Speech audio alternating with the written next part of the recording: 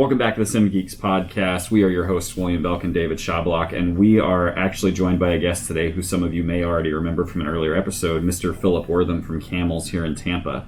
Phil, you want to introduce yourself again for those who might not have listened before? Yeah, so my name is Phil Wortham, and I'm the Director of Operations and Technology here at the Center for Advanced Medical Learning and Simulation, or better known in the simulation world as Camels, in downtown Tampa. And we are live actually at the SimOps conference right now at Camel. So this is, it's the first big conference that we've been to in person following COVID, but also it's the first time that we have recorded an episode of the SimGeeks podcast where we were both in the same room together. And so this has been, it's a bit of a monumental moment in multiple ways for us. Going into conference season and actually getting to be in person again is actually quite nice. Today we're going to talk about accreditation and talk about why it's important for your sim center, why you may or may not want to do it, and the process involved. So Philip's got some experience with that. David, anything you want to add before we get started? Yeah, I think really why we did this is we hear a lot of people that talk about accreditation, and it's a hot button, it's a hot topic, and the same word or same sentence I hear uttered all the time is, I wouldn't even know how to begin. Or why do we do it? And I hear a lot of whys and things like that, and there's some interesting, takeaways on that. But it's like, it's huge, it's gigantic, it's a big scary monster that I don't even know how I would start to attack. And really, our format is we try to take topics that are a little bit scary or a little bit large, and we try to give you the good resource, and that's what we want to do. This may actually turn out to be multiple episodes long because we want to try to be a good resource for any center that's trying to accredit. But that's why when I was talking about it with Phil, he was like, well, then let's do it. And we've been talking about this for a good 6 months at least, and it was nice that everything kind of worked out. I haven't, like you said, I haven't seen you in 2 years at least since we started. Almost three. We started talking about this at IMSH San Antonio, and got it going. But this is the first time we've been able to record together. So, yep. Well, Phil, we're going to have you, just a second, I want you to introduce your kind of background with accreditation and make sure we kind of establish why it is that we wanted you to come on and talk to it. I'm going through this process right now, gathering the information, getting buy-in from my team, making sure that we're getting everything that we need to actually submit the application. And so go ahead and kind of tell us what's your background with the accreditation process and why might a sim center decide that this is something they want to do? It's a very good question. So we applied for simulation accreditation through the society. It's been a few years ago in a different institution that I was working in, and so that's where my real work with accreditation started. I got interested in becoming a site reviewer in that work due to the society not having many sim specialists on their team to accredit sites. And so I decided I'm going to sign up and I'm going to go for it, and I'm going to be a site accreditor, which I have done ever since. Nice. Yeah. And so that initial process of deciding that our simulation program was going to become accredited started my work in accreditation, and then I eventually became a site reviewer, which I still am currently. So you're a site reviewer on the sim specialist side of it? Yes, they don't necessarily distinguish between the two, but what they're trying to do through the society is have an interprofessional team that goes to accredit sites. And nice. So it's a small group of people that are site accreditors, but yes, I am one of those. And what I personally like to focus on is the operational aspects or the technology aspects of See, I didn't even understand that or know that. That's pretty cool. So it's really is a wide angle view of the operation, how you do things in a positive way to make sure you're upholding the traditions and stuff. That's cool. I didn't know that. Yeah, most of accreditation is of course the educational aspect and how you develop curriculum and your policies and procedures and whatnot. Mm-hmm. But there obviously is an operational or a business side to it, which for me, I could speak to that all day long. I'm not necessarily the strongest in the education side, which you always have somebody there that is. Mm-hmm. Nice. So what are some of the reasons why, people hear about it, the terms and all this sort of thing. Why does somebody want to get certified? I mean, there's so many accreditations. There's, medical accreditations and school accreditation. This is just the sim side of things. What's the benefit? Why do they want to do it? Yeah, I think there's several things to think about in that. Really, what's your objective? Why would you want to become accredited for your sim center? That's a personal decision between your team, right? Okay.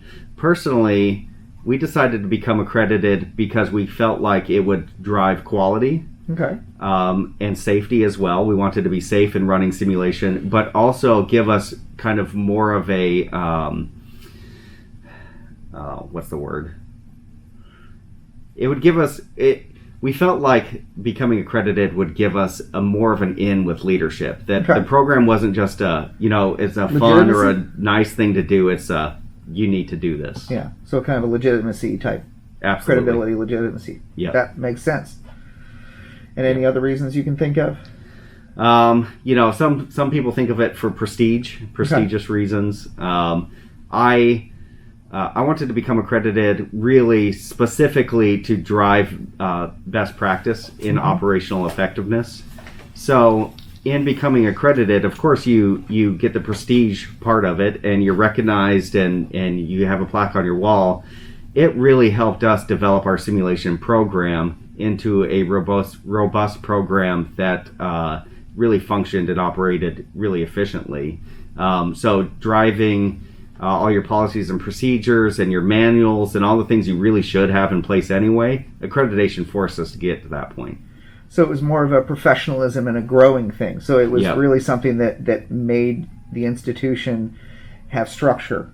More structure. Absolutely, and we were a new-ish program. We had been around for 2 years as the requirement for accreditation purposes, and we had been around for that long. But when we started the accreditation process, we realized we didn't know what we didn't know. Yeah. If that makes sense. No, but we use that at my shop all the time. So you go through the documentation and you realize, oh, we don't have this piece or we don't have that piece, and we needed to add those to make the full picture.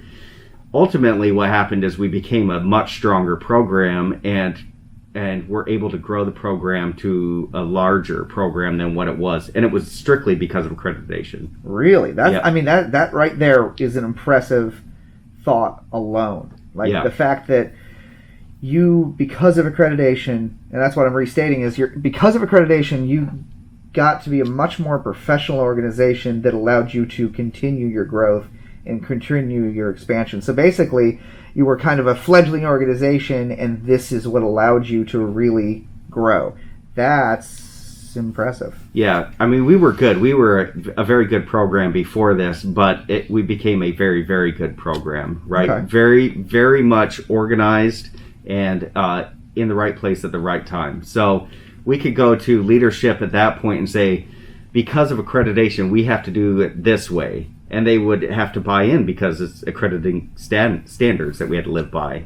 That can go both ways. It can be good and bad, but it really did up our game. And not only did people buy into it, but we had to as well. We had to live by the rules and the regulations we put in place for accreditation. And I see what you mean by good or bad, but also, in the end, it's good because it's all about making a more quality program for our students that are going to provide better care in the environment, which means we're going to get better care when we need it, and so are our loved ones and everybody out there. So, and really that's why we do this. That's what drives us, is to provide good patient care. Forced professionalism, right? It's hey, we want to get to this point, and so we're going to have to go through all these steps. But once we're there, we don't get to just say, hey, we're done, the accreditation's over. We now have to maintain that level of quality moving forward. And I can try to draw a line. You mentioned medical accreditation.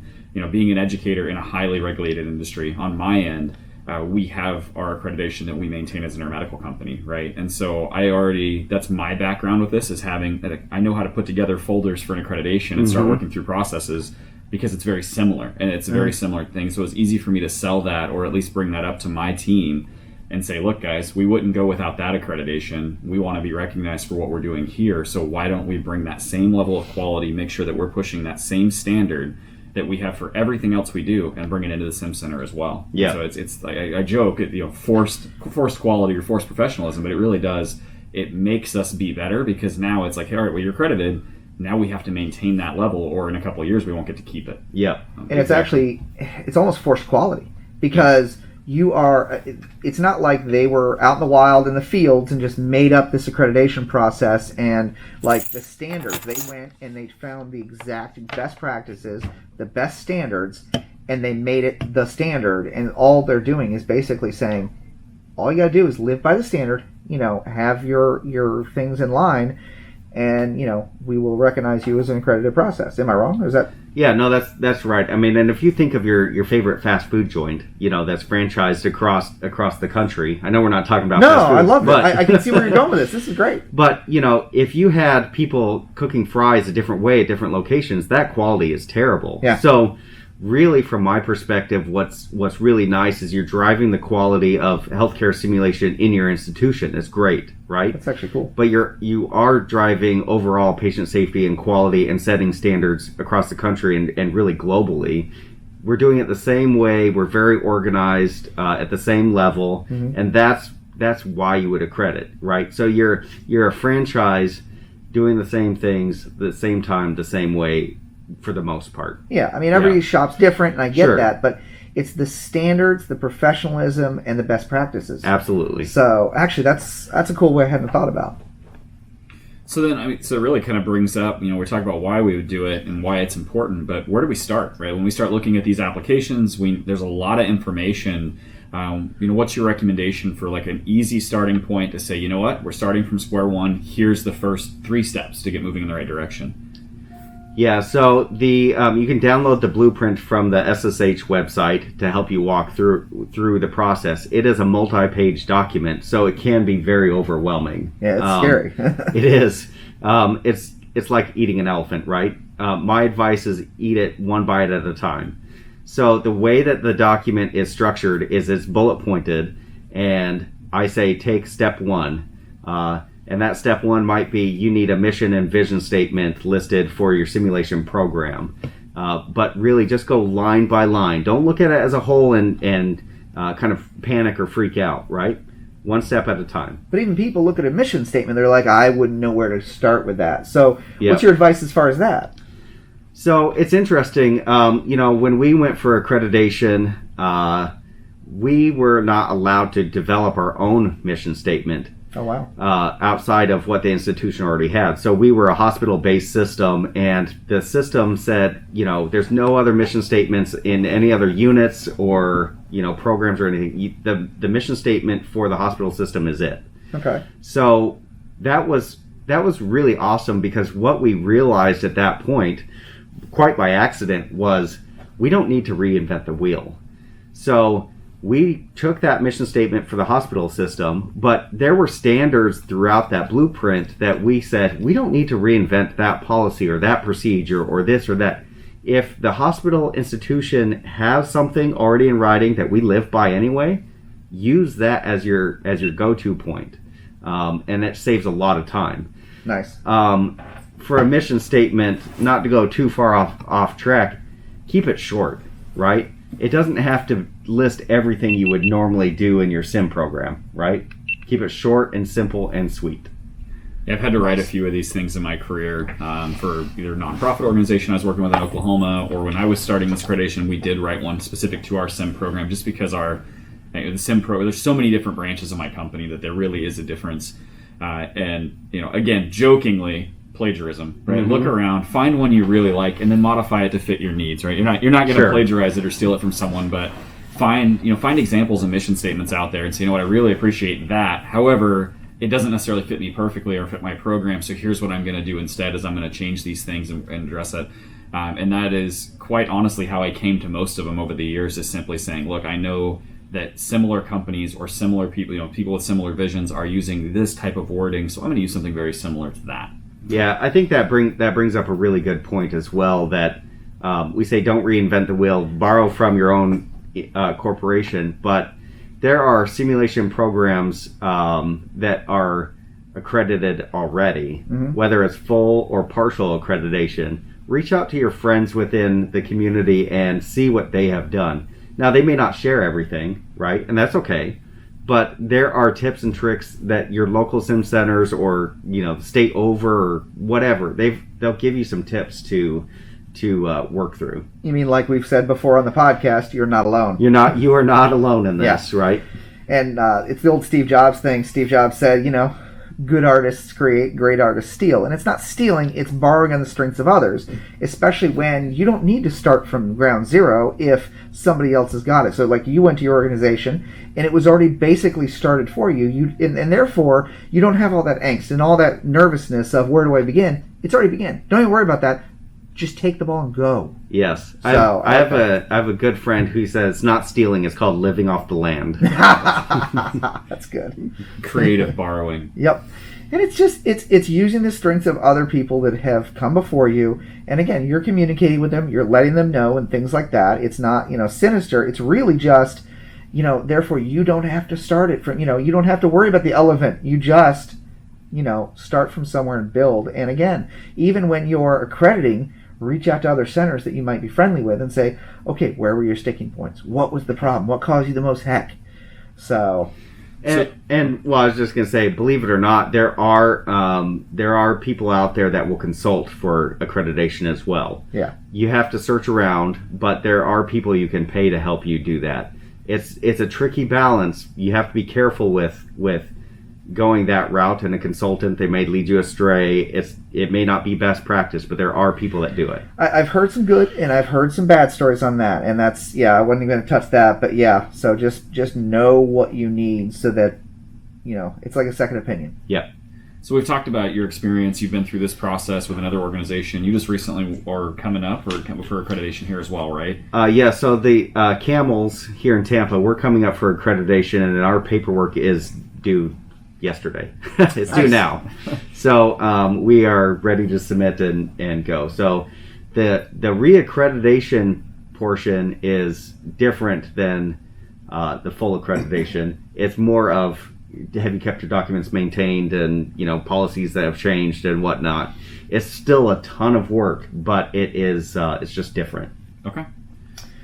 So it's are you still maintaining? We already accredited you once. Are you still doing everything you promised you were going to do? Absolutely. Makes so the one piece of reaccreditation of advice, and this works for accreditation as well, is it's preventative maintenance, right? So don't wait the full 3 years to say, great, we're up for reaccreditation. We need to go through all of our documents. That's not good, right? Preventative maintenance, a little bit at a time. Make sure on your calendar you have set to look at certain policies and keep it up as you go. Maintain your records. Exactly. Make sure you're keeping track of your calendars and your attendees, and making sure that you're not waiting until and going, I now need 3 years of every event we've held in the facility, and here's the schedule. And exactly. There. It's just like us with our certifications, and I don't know if you have certification all that as well, but I know I just restarted my medics back last March, and I'm already thinking, well, I know my ACLS BLS lapsed, I need to start getting on that, and recert all that stuff. So talk to me about this. When we're looking at accreditation, we all have different jobs in this. You're a director, I'm an educator, Dave's a SimOp. When we're looking at it, how do we involve everyone, and what kind of tasks and roles should we expect each member of the team to be involved in? So where can I, at my level, help? Where can somebody, at an ops level, where can someone in leadership? Where should we be assigning to each person? And the biggest thing I think off what he just said was how to get that buy-in from everything from my level to his level to your level. Get everybody on the same page, and really, because there might be some sections that will go like a SimOps, will be like, that's not my problem. It really is. It really is everybody's not problem. It's everybody's opportunity. It's everybody's way of succeeding. But how do we present that in such a way? Yeah, I think you have to have one strong champion to start with. Okay. So I compare a lot of these things to running a code. Okay. So you need the leader at the head of the bed that's going to oversee everything. That's really where I would start. So you have one champion. They're going to go to every member of the team, and they're going to kind of pinpoint who's playing what role. If you don't do that, it's a little bit chaotic. You might have several champions that want to take lead. It's not going to work. Too many cooks. Too many cooks. Got it. Right. So I would say establish who the lead is first. Okay. And let people know this is the lead for accreditation. So as you work on your section, you're going to report to the lead. The lead will approve or give you direction. Exactly. Okay, that makes sense. So when I started accreditation in my former institution, I took that lead. And I said, okay, I'm going to take the lead. That didn't mean I was in charge of everything, right? So there was a lot of delegation. There was no way that I could have done this without a team. In fact, I was the project manager, really. Everybody else was doing the writing and the organizing and pulling it together. So you were the orchestrator. You delegated and made sure all the processes got done, but you were also orchestrating it as it came in. Exactly. So when you go through that blueprint, it will show you exactly what documents you need and from what sections. And so there's a lot of educational aspects. We want to see how you develop curriculum. We want to see how you schedule, So whoever does those things in your institution should be the ones that pull that documentation or take the lead of that section, right? So I could see a lot of people saying, well, you need to have the one champion. You need to have the one leader, like we said. But some people would read that as, oh, that means it's all their problem. So really, that is the person that's delegating and making sure that the right people are filling out the right things. So it's genuine. Yeah. So it's not just a fabrication. Yeah, at the risk of sounding like a corporate sellout, I would use the term champion instead of leader, right? Like I've got one person, be that me or you, who comes in and says, all right, guys, here's what we're going to do. Here's why we need to do it. Here's how it's going to benefit each of us in the long run. But I need your help, right? We need to do this. But, I've got 6 sites. And so for me, it's like, all right, Phil, you're responsible for the Phoenix location. I need the schedule of everything you've done for the last 2 years with attendees and what kind of simulation events were happening there. I can't go and track down all that, but you can, because that's your office, right? Yeah. So that's kind of how I would look at it, is don't consider it a lead or a director position as much as you're a champion. You're a cheerleader. Get everyone else excited to join in and work out through it that way. Sorry. You're fine. And it's not the thing the director does. It's not. We killed Phil. You're fine. It happens. Yeah, but it's not the thing that the director does. It really is something that everybody should be focused on. Yeah. So. With your teams and assigning roles and responsibilities, you really should to be clear and understand who's doing what and where. We even in the accreditation process had people starting different documents and formatting in a different way. Yeah. And I was like, whoa, time out. So as the project manager, I said, this is the format we're going to use. It's fine if you put it in a different format, but please just send me the Word document and I will put it into a one structure, all the same font, all the same organization. So not APA, but something in that, rigid, this is what we are going to do so that we work together as one, and it's one product. Exactly. Makes sense. So with your team, it's key to have constant meetings that or regular meetings that you're going over. Here's where we're at. Here's what we need to do. Here's the problem areas we're finding. So one of the issues that we had as well is that people were writing different lengths of things for the accreditation process. So in each section, you have to describe your process. Yeah. And you'll have some people write a sentence, right, to describe their process. And then you'd have some people writing books. Yeah. Like for this section, I don't need 10 pages describing what you're doing. Which run report writer were you? Were you a book writer? No, hell no. Okay. Get to the point. Get to the point. Explain, hey, you asked me what the process is. Here it is, either not bullet pointed, but in real plain context. Yeah. And then when it comes to site visits or interviews, now again, I'm speaking for my other accreditation at this Correct. point. But when you get me in a room and then you want to know how it works, I will give you everything you want to know. But as long as I can show you where the policy is written, it doesn't have to be written out exactly what we expect for every situation. And think about healthcare, right? When we talk about guidelines or even protocols within a hospital or an EMS system, I can't write a protocol that covers every single thing a paramedic is ever going to see in their career. Mm-hmm. But I can write a guideline that says, in these situations, do this. But you have some autonomy. You still have to make some decisions on your own. And you can still do those kind of things. It's not so rigid that, everything works exactly this way. It's like, no, we're going to have situations or events that come up that are different.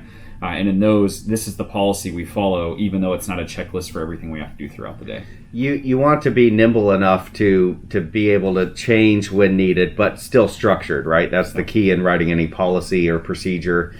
I have an example. So we were accrediting a site, and they sent us a 500-page document.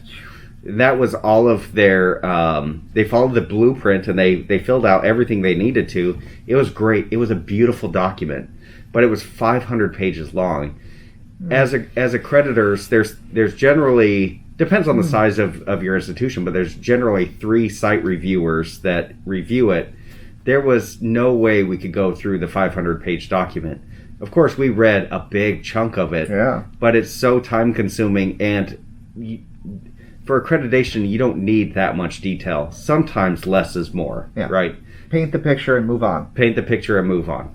Okay, makes sense. Be ready to answer for it. You know what I mean? Exactly. Here it is, but if they need more information, be able to call me and say, hey guys, what did you mean by this? Or, show us how this works in real time. Okay, we could cut out the fluff. Dragnet, just the facts, man. That's why what we're looking for with site reviewing is we want to see a blurb. It could be a page long, and that's okay. Of describe your process, but then we want to see the proof. So in that you're adding in, this is the actual policy on the back end of what it looks like, and I can read the policy.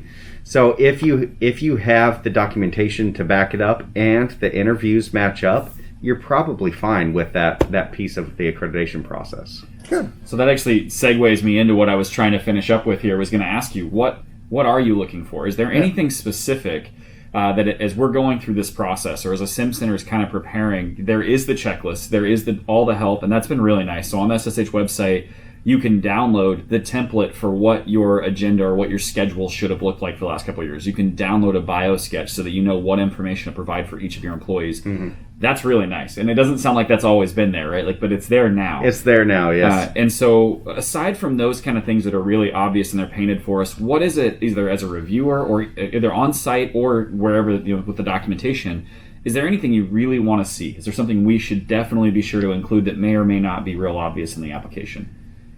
I think what's important to note is the accreditors are there to help you and not scare you or shut you down, right? We're there. It's the same team mentality. So when we come in, we're really looking for sustainability. We want you to be a sim program for time and all eternity. We don't want you to go away, right? That's a good point, because it's really easy to think it's, oh, Jesus, it's the cops. They're here. It's not a what's the accrediting thing for hospitals?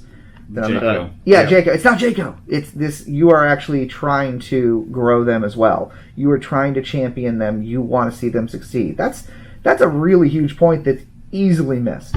It is. We get a lot of stress. So the first time we meet with the simulation teams, you can see it on their face. There's so much stress and anxiety. Yeah. And every site review I've been on, we say right off, just relax. We're friends here. We're going to look around, of course, and look under the hood and see what's happening. Yeah. But we want people to be accredited. That's the purpose, right? Same team. What we generally look for is we want people to be sustainable. And so that's where the policies and procedures come in place, as well as how your organization is organized and what's your financial status and your plan for the future. Once again, it's because we want the programs to exist for a long time. We don't want it to fail next year, right? So that's the whole purpose, is to make sure that it's a quality program, and that whatever program, maybe it's your program, David, that it's sustainable, right? Yeah, that makes sense. That's the overarching what we're looking for as site reviewers. So I don't know if you can answer this, but if you can, when you're looking over an application, if obviously if there's something way off, then I understand it could be denied, right? But if you're looking over an application and you see something along those structure, or is that something that you'll provide the suggestion and then potentially give them the opportunity to make the change and still be accredited, or is that a deny, try again in 6 months? How does that normally work? It's a delicate balance, because there are sim centers that may not have been accredited because they didn't have A, B, and C pulled together, right? So I can't speak in general, but in the ones that I've been on, there have been little things that have popped up that we say, we need to have this fixed, and you give them a deadline to have it fixed and situated, and then they could still potentially be accredited. So the thing is not we come in and we interview and then we're out, right? There might be a time where we say, there's a few extra questions that we have for you that we can have answered. So the way that the process works is somebody will submit their documentation. Random site reviewers are called in to become a team. We read all the documents, send questions to whatever sim center sent in the documentation, and then we have a later date where we do we call it the on-site review. Now it's virtual, but we do the on-site review. The accreditors, or the site reviewers do not make the decision if you're accredited or not. We merely present to a board our recommendation, and the board are the folks who say yes, accredited or no. So going back to the documentation, when we said to paint the picture, so really you guys are gathering the information to do your report, which again is painting a picture of a snapshot of how sustainable, where the best practices are, and things like that. And that makes sense because I know I've looked at the accreditation. It says, best practices, but that didn't have a good mental concept to me. So it really is, how the structure is, how your programs are, and things like that. And so, like you said earlier, to bring it together is, this is an engine to be able to provide the structure, wrap it together in the best practices. Then you just want to paint the picture of what you are doing and give it to you guys, which you present to the board. That makes sense. Yep, absolutely. So our findings and some of the documentation that you send goes into a PowerPoint to be presented to that board. Cool. Well, honestly, I do think that pretty much wraps up most of the initial questions. I think that's enough to get people started. And of course, there's going to be room for us to come back and revisit some of this in depth as questions come in.